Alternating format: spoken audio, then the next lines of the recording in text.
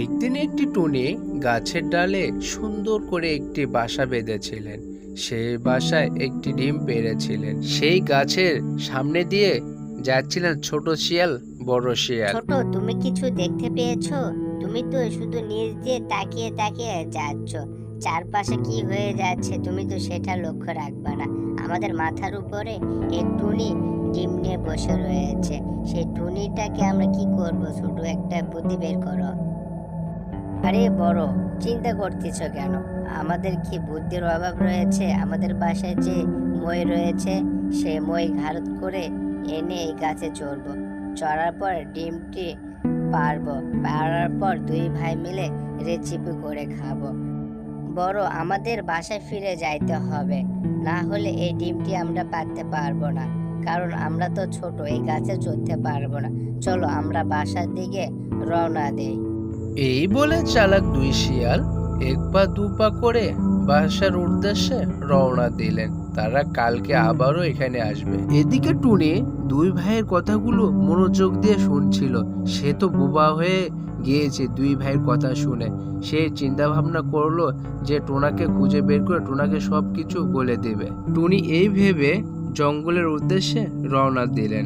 সে টোনাকে খুঁজে বের করে সব বলে দেবে।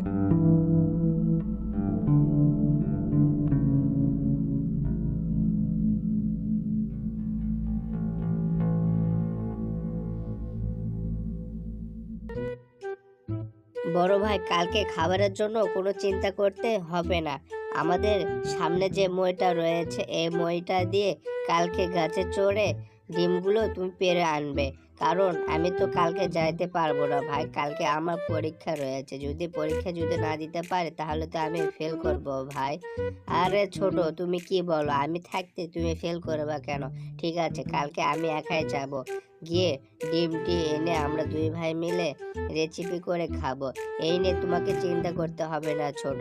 তুমি ঠিক মতো পরীক্ষা দিবে, তুমি আমাদের সবারই মুখ উজ্জ্বল করবে। এজন্য তোমাকে আমি কালকে যেতে দেব না ভাই। এদিকে টুনি অনেক জঙ্গল খুঁজে খুঁজে টোনাকে অবশেষে বের করলেন। খুঁজে বের করার পর সব কথা টোনাকে বললেন। টোনা তো অনেক রেগে তখন বলতেছে, টুনি, তুমি ভেঙে পড়তেছ কেন? আমি তো বেঁচে আছি, তাই না? আমি যে জঙ্গলে পাহারা দে, আমার কাছে একটা বন্দুক থাকে। সেই বন্দুকটা সকালে মহাজনকে জমা দিতে হয়।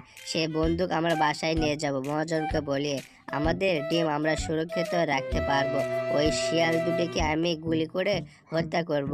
তোমাকে চিন্তা করতে হবে না, তুমি চুপচাপ আমার সঙ্গে চলো। বন্ধু চলেছে একা পথে, সঙ্গে নিলে দোষ কি তাতে?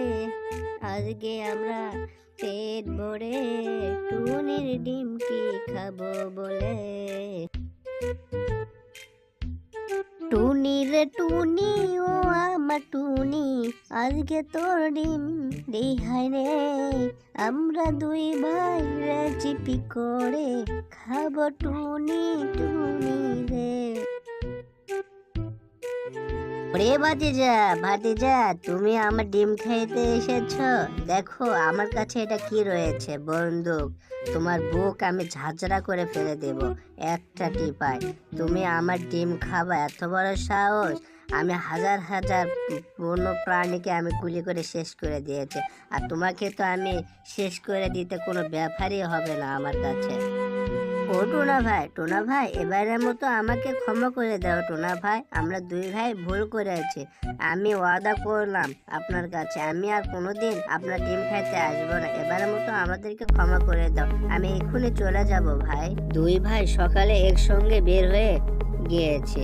সে ডিম আনতে গিয়েছে, আমি পরীক্ষা দিতে গিয়েছিলাম। তবে আমি ফিরে আসলাম, সে তো ফিরে আসে নাই মনে হচ্ছে। 1টা বাজে বেলা। আরে রাস্তার ভিতরে কোনো বিপদে পড়লো নাকি? বাঘ সর্দার কি যদি দেখে ফেলে তাহলে তো ডিমটা খেয়ে নেবে এই সর্দার। শিয়ালটি অনেক ভয় পেয়ে দৌড়ানি শুরু করলেন।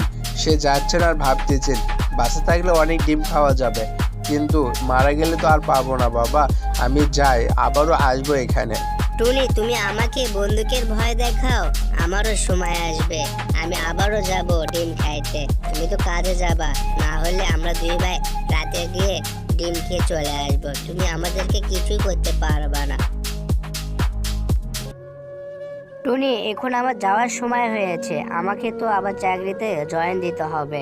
তুমি ডিমটিকে সুরক্ষা রাখিও, আমার সন্তানদেরকে তুমি রক্ষা করিও। আর আসবে না ওরা দুই ভাই, আমি যেভাবে ভয় দেখাইছি আর কোনোদিন ওরা আসবে না। তবে তুমি সাবধানে থাকিও আর আমাকে ফোন করিও যখন বিপদ আসবে। এই বলে টোনা কাজে যাওয়ার জন্য রওনা দিলেন। টুনি তো অনেক মন খারাপ করলেন। ভাই, ওর এত বড় সাহস সে কোথায় থেকে পেয়েছে যে তোমাকে বন্দুক তাক করিয়ে গুলি করতে চায়? এত বড় সাহস ওকে কে দিয়েছে? আমি এই বনের চালাক শিয়াল, আমার ভাইকে সে অপমান করবে আর আমি চুপচাপ এখানে থাকবো, এটা হবে না। আজকে রাতের মধ্যে ওকে আমরা দুই ভাই মিলে খেয়ে নেব, ওর ডিম শুদ্ধ ওকেও খাবো আমরা দুই ভাই। ভাই, চিন্তা করতে হবে না। এদিকে টুনি রাত লাগার পর পরে টোনার কথা তার ভীষণ মনে পড়ে। সে চিন্তা করতেছে, টোনা যদি সঙ্গে থাকতো আমার, তাহলে এই রাত্রেবেলায় আমি আর ভয় পাইতাম না। তার অনেক সাহস, আমার তো ওর মতন সাহস নেই। ওই যদি কাজকর্ম না করতো তাহলে আমার পেটে খাবার পড়তো না, এজন্য ওকে কাজ করতে আমি দেই।